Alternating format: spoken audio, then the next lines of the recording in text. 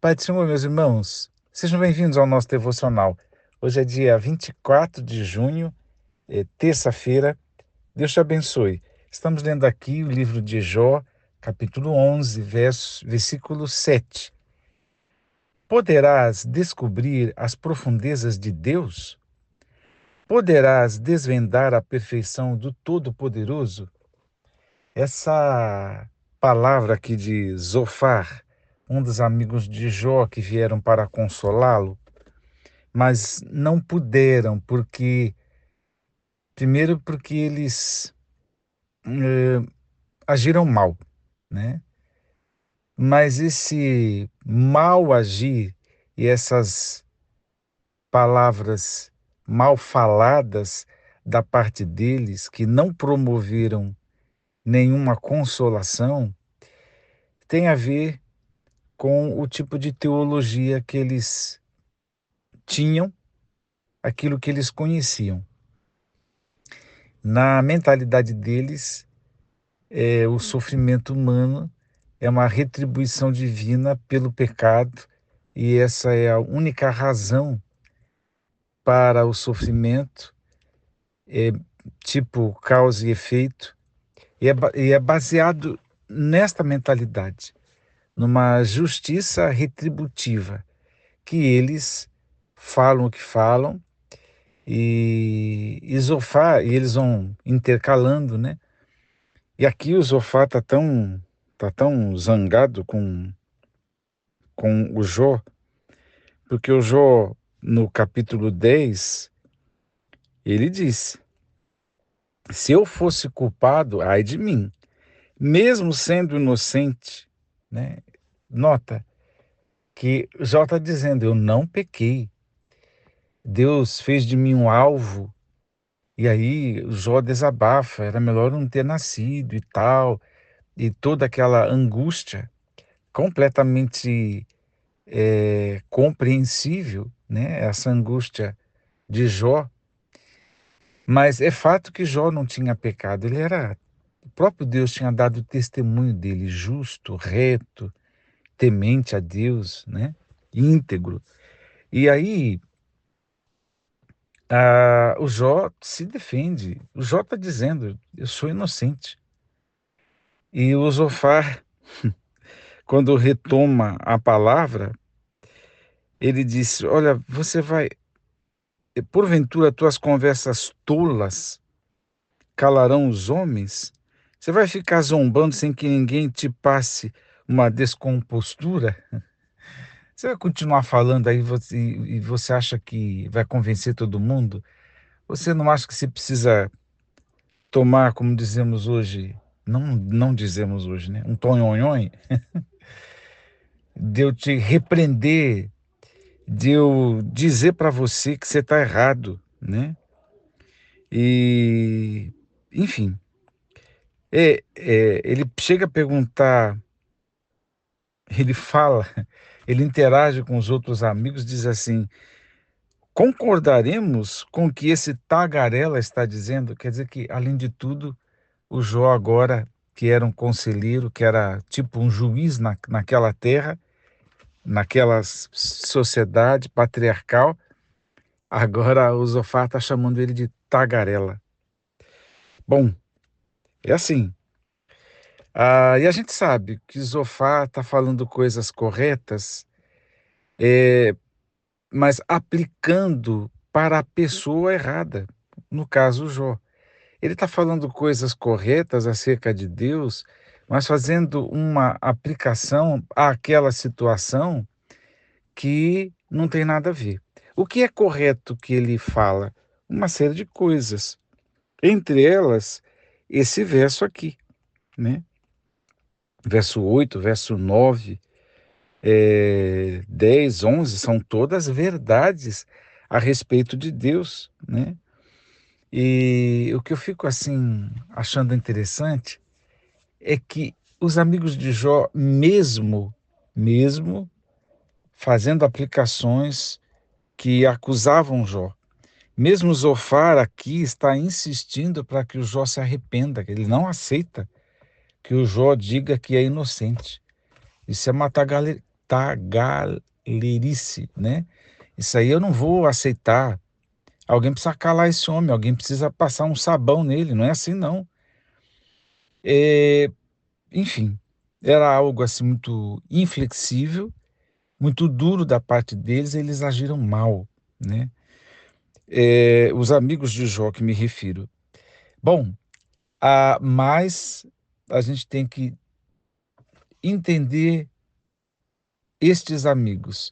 Eles falam corretamente acerca de Deus, mas quando aplicam as realidades verdadeiras acerca de Deus na situação de Jó, aí eles falham, né. E fica essa distinção na leitura que fazemos.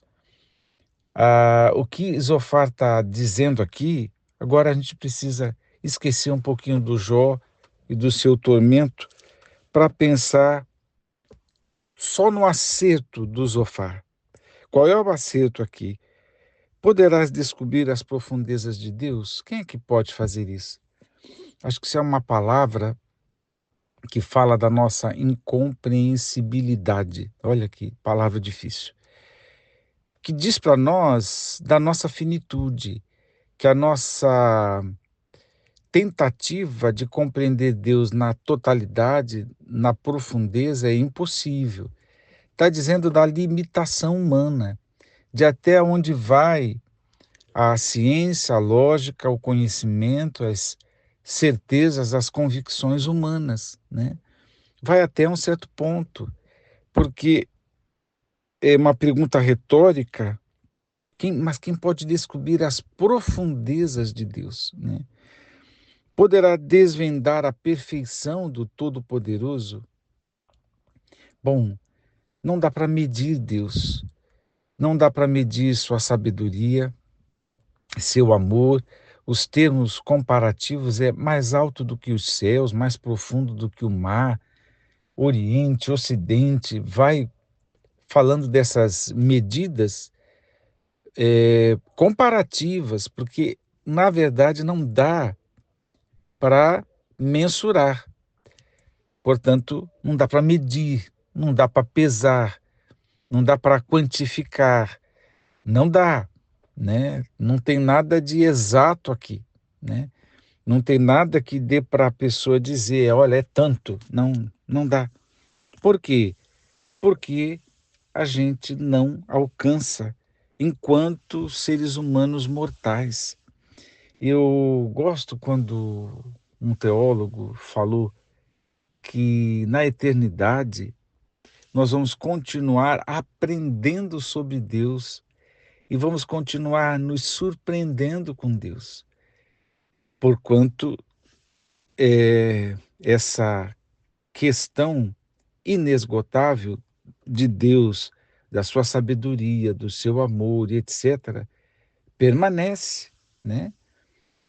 E essa vida independente de Deus, esse outro que Ele é, nós vamos continuar na eternidade aprendendo, nos surpreendendo a respeito de Deus.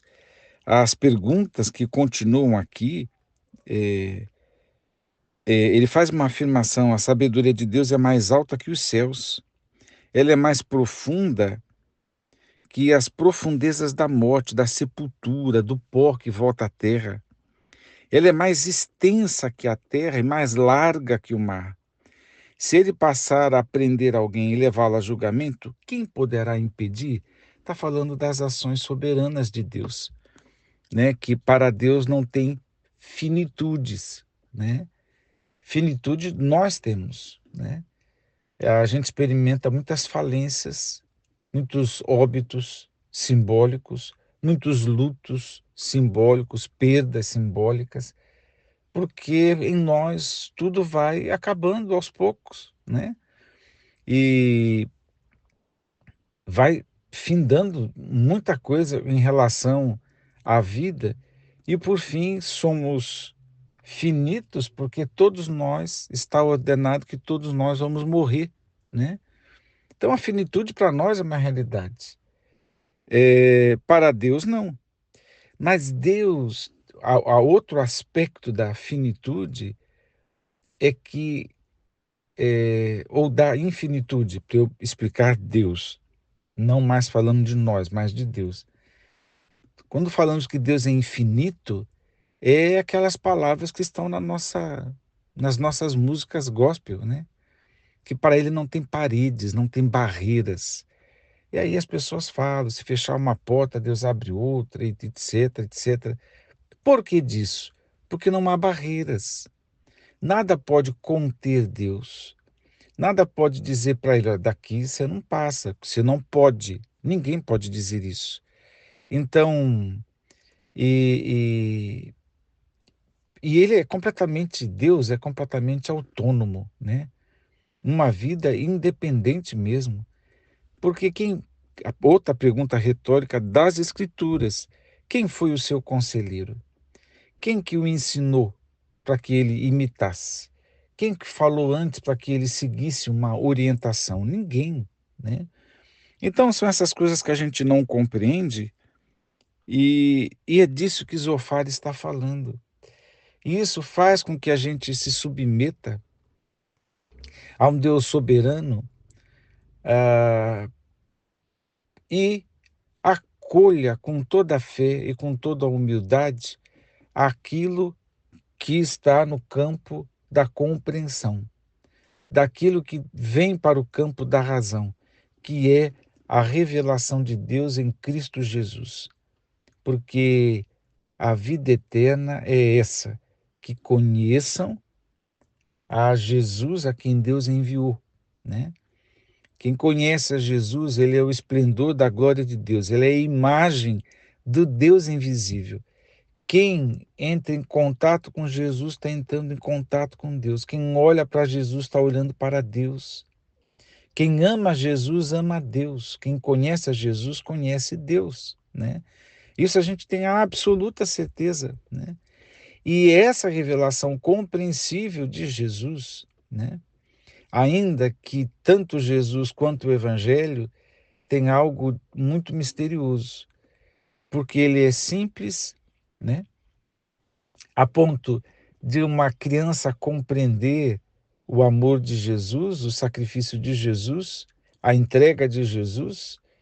E Jesus é tão profundo que a gente passa uma vida inteira debruçados na palavra de Deus, vendo as belezas, as riquezas deste tesouro outrora escondido que é Cristo, né?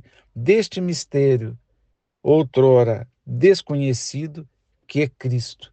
Então, as profundezas de Deus, a pergunta retórica de Zofar ainda ecoa sobre nós, né? Não tem parâmetros nem medidas. É tudo mais profundo que o mar, mais alto que os céus, né? É assim, é mais. É mais daquilo que a gente conhece que seja, portanto, mais alto, mais profundo, mais largo, né? Mais extenso, tudo mais. Mas aquilo que cabe, olha só, a respeito de Deus, aquilo que cabe na nossa mente, na nossa razão, na nossa lógica, e aquilo que é suficiente para o nosso coração confiar e crer, isso está revelado em Jesus. Ainda que à medida que caminhamos com Jesus, vamos ficando cada vez mais entusiasmados com Jesus, porque cada vez aprendemos mais e mais e mais com Ele. Deus te abençoe a pensar nestas coisas. Deus soberano, a gente tem que pensar assim, de maneira macro, de maneira excelsa, né? Sublime, algo inefável, algo sem palavras para explicar. Que Deus te abençoe. Vamos orar. Eterno Pai, nós rendemos graças a Ti por Tua grandeza e queremos nos submeter à Tua vontade, que é difícil para nós. Mas agradecemos por Jesus pela revelação de Jesus, obediência de Jesus que veio a nós e permitiu que nós crescêssemos e confiássemos em Deus. Obrigado por Jesus nos revelar o Pai. Obrigado, Deus, por isso. Oro com gratidão, no nome de Jesus. Amém.